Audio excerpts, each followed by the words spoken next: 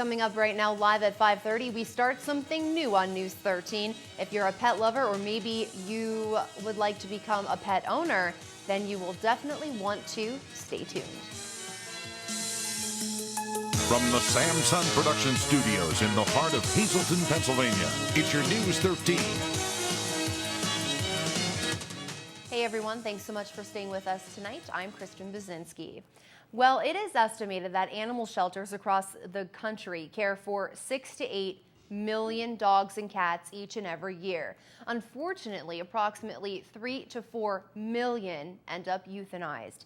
These high numbers come from low adoption rates. News 13 is very excited to introduce a new series that will give you the chance to meet with local animals that need homes. These canines and felines brought to the Hazleton Animal Shelter have been put out on the streets with nowhere to go. Now they sit inside, waiting for someone to give them a second chance. Each week, our Jasmine Brooks will introduce you to one feline and one canine who are waiting for the opportunity to be loved unconditionally.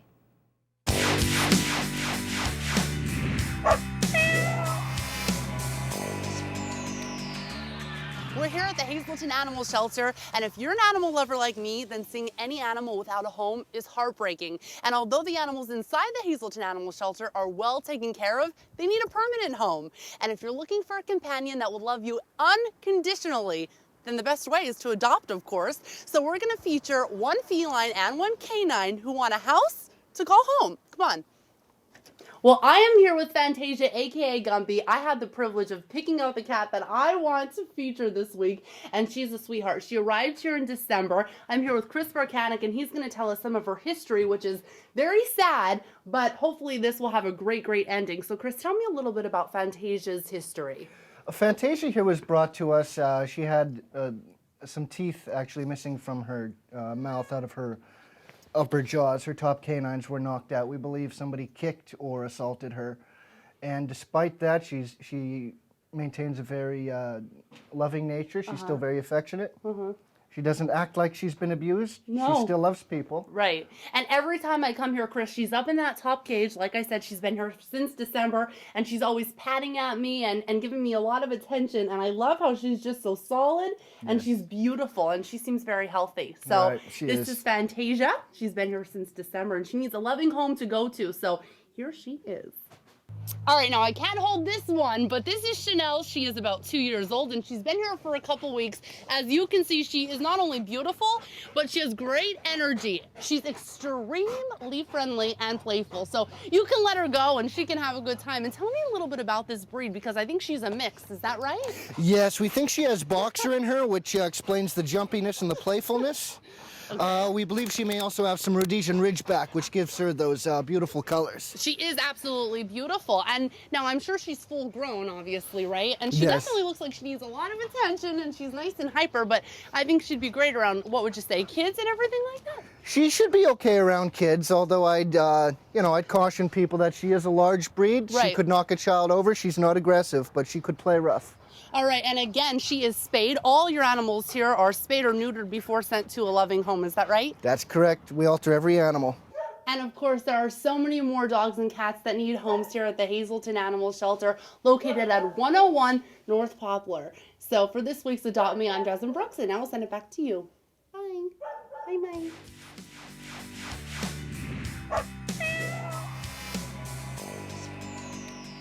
Jasmine, thanks so much. Looking forward to next week's edition.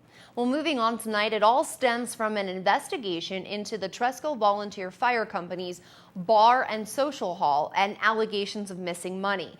The state police are said to be investigating, but the situation has sparked yelling and screaming amongst Banks Township officials, fire company members, and residents.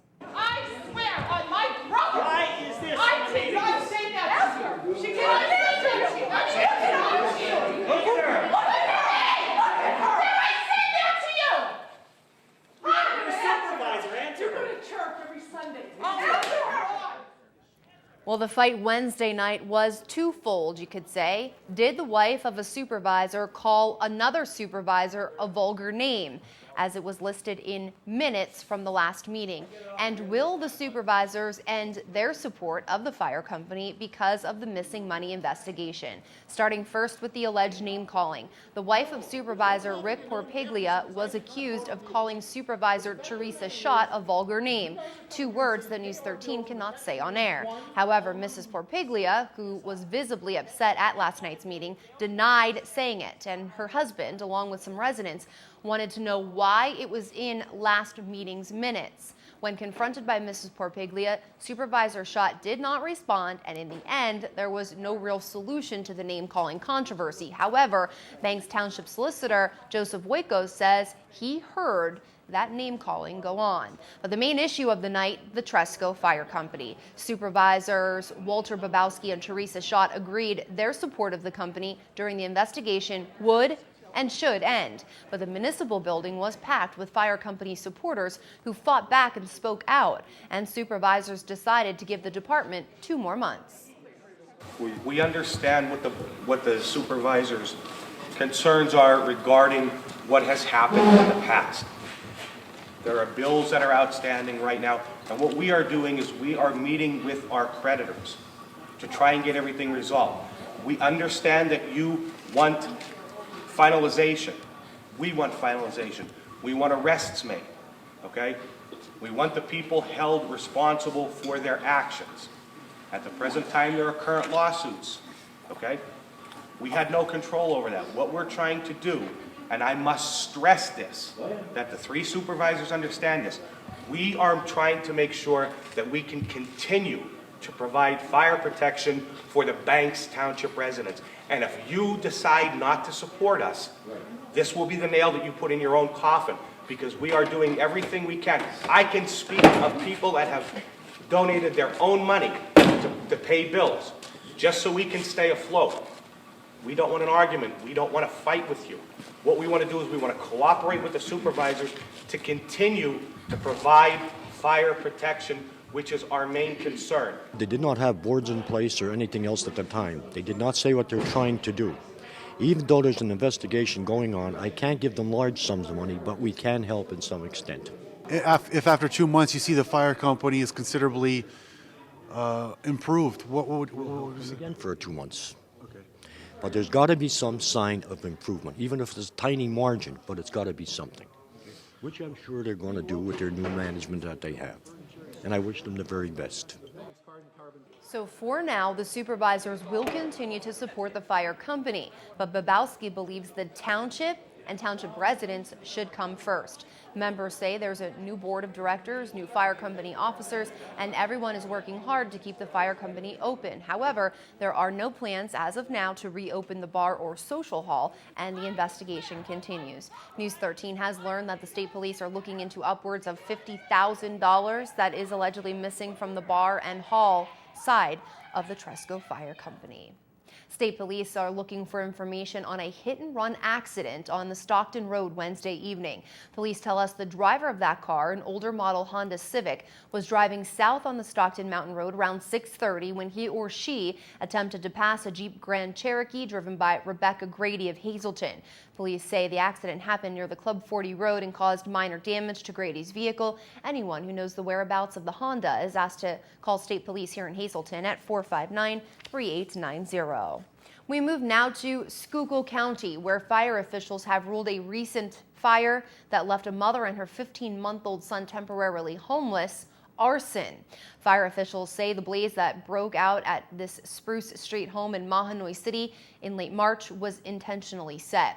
The same day, someone purposely set fire to this home. Another fire in nearby Shenandoah claimed the lives of 4 people. Anyone with information on the Mahanoy City fire or the person responsible for setting that blaze is asked to contact Borough Police at 773-2313 or through the Schuylkill County Communications Center at 462-1991. All right, up next, we'll chat live with a guest about a play happening this weekend at Eckley Miners Village, how you can spend an afternoon with John Mitchell. Also headed your way, the weather has been throwing some curveballs at us lately. We will take a look at what Mother Nature has in store for the next couple of days, and it's looking like a weekend full of sunshine. Stay with us.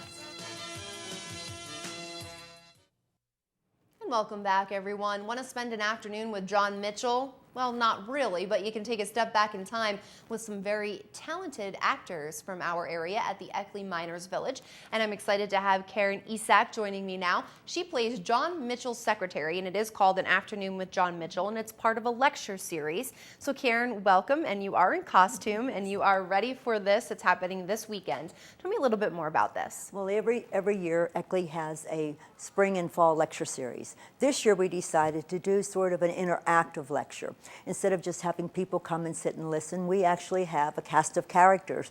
We have a gentleman playing John Mitchell who will tell all about his life, his early life, his marriage, things that you don't really read much about, and take it into the 1902 strike that was the anthracite strike that was here in Hazleton.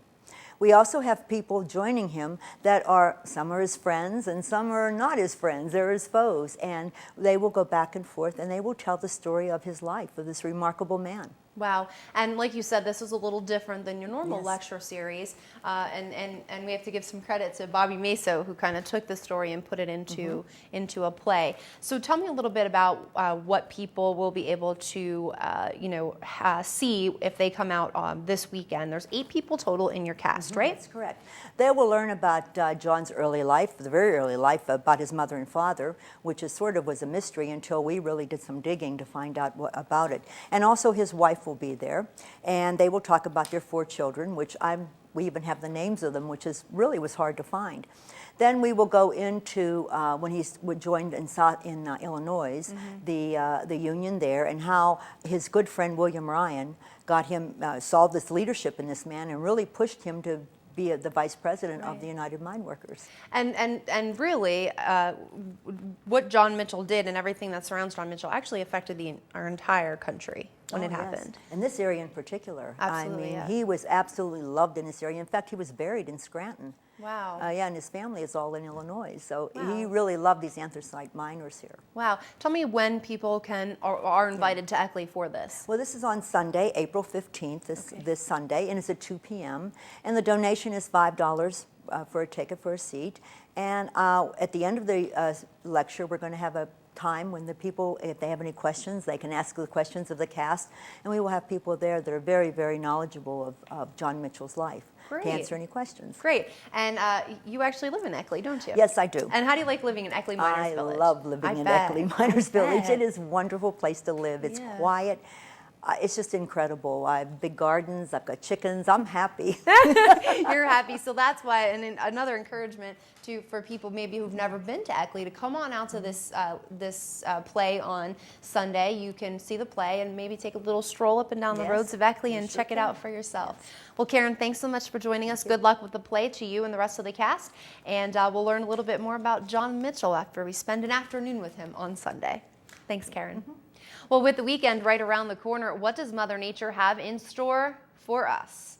Well, let's first check out tonight's Creative Condition, brought to you by 5th grade student Isabel Schwabe from Holy Family Academy. We see some rain mixed with sunshine and a beautiful rainbow to top it off, so thanks so much for sharing with us, Isabel's.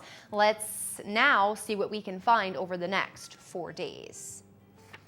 Here we go. Tonight, mostly clear skies. We do see frost coming our way after midnight. It's going to be chilly. Turn up the heat and snuggle up with the one you love. Low down to 30 degrees.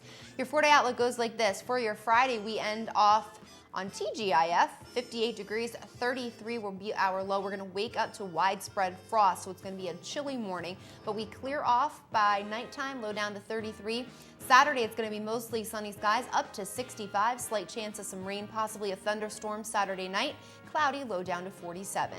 Unfortunately, Sunday's looking cloud-filled with a high up to 71. Partly cloudy Sunday night, 54 will be our low. 74 our high on Monday with a chance of showers. Clouds remain Monday night, and we see the temp dipping down to 54. So we're going to get up into the 70s by Monday. Your forecast tonight brought to you by the Lazy Dog Salon, Dog and Cat Grooming, North Broad Street, West Hazleton. Call 459-0310 to make an appointment for your furry friend, kitty cat, or puppy dog today at the Lazy Dog Salon.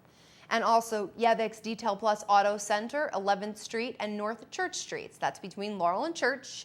Make sure you make an appointment. Call 570-450-0959 or 956-0251. Well, we are creeping closer and closer to primary election day. A big contest this time around is that for senator in the 29th district of Schuylkill, Carbon, Lehigh, Berks, Northampton, and Monroe counties. Right now, the position is held by Senator Dave Argel, but well-known businessman Brian Rich is challenging Argel in the primary for the Republican nod. The two will be side by side on the Sam LaSant Show Friday night, premiering at 8 o'clock. Senator Argel and Rich will go head-to-head on major issues we face on a daily basis, like the economy and jobs. This particular race has become a heated competition. This Sam LaSant Show should be one constituents in the 29th district tune in for to help make an educated decision on April 24th when heading to the polls. Coming up on News 13, Freddie B's in with sports action. He'll be talking softball in just a few. Plus, preparation for an event that improves road size and communities is headed our way. News 13 drops in at the Chamber of Commerce, where all of the supplies for the Great Pennsylvania Cleanup were being packed up. Stay with us. Millions of pounds of trash picked up along Pennsylvania roadways each year thanks to a few thousand volunteers who donate their time to make our state look beautiful. News 13 stopping by the Greater Hazleton Chamber of Commerce, where they are preparing for the Great Pennsylvania Cleanup, which is right around the corner. On Thursday, it was time to get all the supplies packed and ready to go for the volunteers to use for that cleanup.